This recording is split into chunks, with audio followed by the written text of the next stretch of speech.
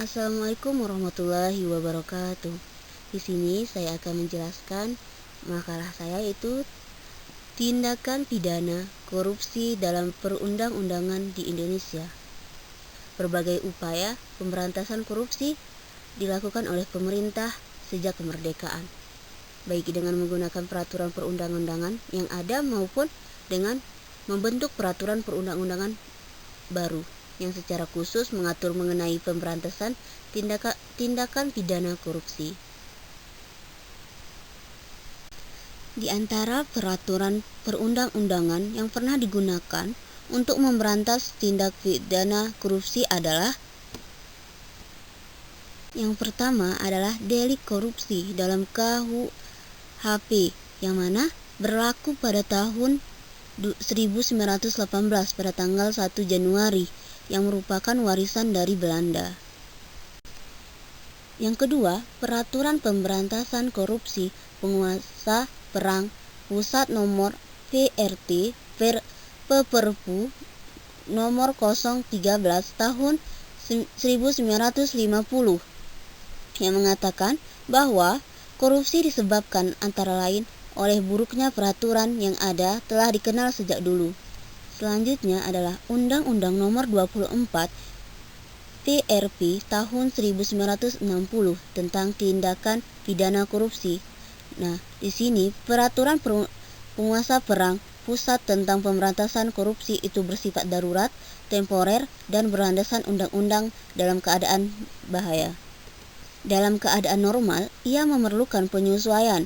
Atas dasar pertimbangan tersebut, maka lahirlah Undang-Undang Nomor 24 PRP tahun 1960.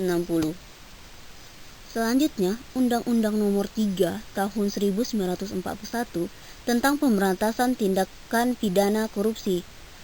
Selanjutnya, TAP MPR Nomor 9 MPR 1998 tentang penyelenggaraan negara yang bersih dan bebas korupsi, kolusi, dan nepotisme. Seiring dengan gerakan reformasi yang timbul dan ketidakpuasan atas kekuasaan Orde Baru selama 32 tahun, keinginan untuk menyusun tatanan kehidupan baru menuju masyarakat madani berkembang di Indonesia. Yang keenam, Undang-Undang Nomor 28 Tahun 1999 tentang penyelenggaraan negara yang bersih dan bebas korupsi, kolusi, dan nepotisme. Undang-undang ini memperkenalkan suatu terminologi tentang tindak pidana baru atau kriminalisasi atas pengertian kolusi dan nepotisme. Nomor 7, Undang-Undang Nomor 31 Tahun 1999 tentang pemberantasan tindak pidana korupsi. Yang ke-8, Undang-Undang Nomor 20 Tahun 2001 tentang perubahan atas Undang-Undang Nomor 31 Tahun 1999 tentang pemberantasan tindak pidana korupsi. Yang ke-9, Undang-Undang Nomor 30 Tahun 2002 tentang Komisi Pemberantasan Tindakan Pidana Korupsi. Lahirnya Undang-Undang Nomor 30 2002 merupakan amanat dari Undang-Undang Nomor 31 Tahun 1999. Yang ke-10, Undang-Undang Nomor 7 Tahun 2006 tentang pengesahan UNICEF National Convention Against Corruption baru 2003. Yang ke-11, Peraturan Pemerintah Nomor 71 Tahun 2000 tentang peran serta masyarakat dan pemberian penghargaan dalam pencegahan dan pemberantasan tindak pidana korupsi. Yang ke-12, Instruksi Presiden Nomor 5 Tahun 2004 tentang perpecahan pemberantasan korupsi. Secara umum, lahirnya delik korupsi di dalam perundang-undangan korupsi dapat dibagi menjadi dua bagian, yaitu yang pertama, delik korupsi yang dirumuskan oleh pembuat undang-undang. yang mana delik yang dirumuskan oleh pembuat undang-undang adalah delik-delik yang memang dibuat dan dirumuskan secara khusus sebagai delik korupsi oleh para pembuat undang-undang. Yang kedua, delik korupsi yang diambil dari KUHP.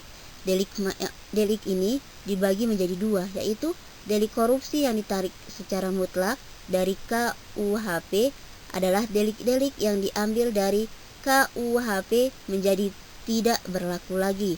Yang B, delik korupsi yang ditarik tidak secara mutlak dari KUHP adalah delik-delik yang diambil dari KUHP yang dengan syarat keadaan tertentu, yaitu berkaitan dengan pemeriksaan tindak pidana korupsi.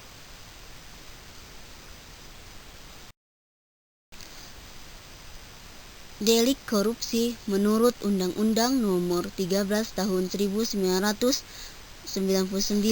berdasarkan undang-undang kita dapat membedakan 30 pembuat yang masuk kategori sebagai delik korupsi. 30 pembuat korupsi itu diatur dalam 13 pasal untuk mempermudah pemahaman penjelasan atas delik-delik korupsi dalam undang-undang dilakukan berdasarkan perumusan delik sebagaimana dijelaskan pada bagian terdahulu, yaitu delik korupsi yang dirumuskan oleh pembuat undang-undang dan delik korupsi yang ditarik dari KUHP baik secara langsung maupun tidak secara langsung. Perkembangan korupsi di Indonesia masih tergolong tinggi, sedangkan pemberantasannya masih sangat lambat. Romli Atmasasmita menyatakan bahwa korupsi di Indonesia sudah merupakan virus yang menyebar ke seluruh tubuh pemerintah sejak tahun 1960-an. Langkah-langkah pemberantasannya pun masih tersendat sampai sekarang. Selanjutnya dilakukan bahwa korupsi berkaitan pula dengan kekuasaan, karena dengan kekuasaan itu penguasa dapat menyalahgunakan kekuasaan untuk kepentingan pribadi, keluarga, dan kroninya. Oleh karena itu, korupsi tidak lagi digolongkan sebagai kejahatan biasa, melainkan telah menjadi suatu kejahatan luar biasa. Hal ini dikarenakan metode konvensional yang selama ini digunakan terbukti tidak bisa menyelesaikan persoalan korupsi yang ada di masyarakat. Dengan demikian, dalam penanganannya pun juga harus menggunakan cara-cara yang luar biasa. Nah, seperti yang kita lihat pada tahun-tahun yang kebelakang ini, dari setiap tahun itu setiap hari meningkat untuk kasus korupsi di Indonesia. Secara umum, asas-asas hukum dalam tindak pidana korupsi terdapat pada pasal 1 ayat 1 KUHP yang berbunyi, tiada suatu perbuatan dapat dipidana kecuali atas kekuatan aturan pidana dalam perundang-undangan yang telah ada sebelum perbuatannya dilakukan. Asas-asas tindak pidana korupsi lain yang terdapat dalam Undang-Undang TPPU Nomor 8 Tahun 2010 sebagai berikut, yaitu asas praduga bersalah pasal 35, yaitu menyatakan bahwa jika terdakwa tidak dapat membuktikan asal-usul harta kekayaannya, maka terdakwa dipersalahkan dengan tindak pidana pencucian uang. Yang kedua, pasal 68, yang mana merupakan undang-undang kasus yang mengatur tentang pencucian uang yang mempunyai peraturan yang tersendiri, baik penyelidikan, penuntutan, pemeriksaan, serta pelaksanaan keputusan dilakukan sesuai dengan ketentuan peraturan perundang-undangan, kecuali ditentukan lain dalam perundang-undangan ini. Yang ketiga, asas pembuktian terbalik pasal 77 dan 78 ayat 1 dan ayat 2, yang menyatakan bahwa terdakwa harus membuktikan asal-usul dana atau harta kekayaannya yang dimiliki untuk membuktikan kehalalan hartanya tersebut, tetapi melalui ketetapan hakim.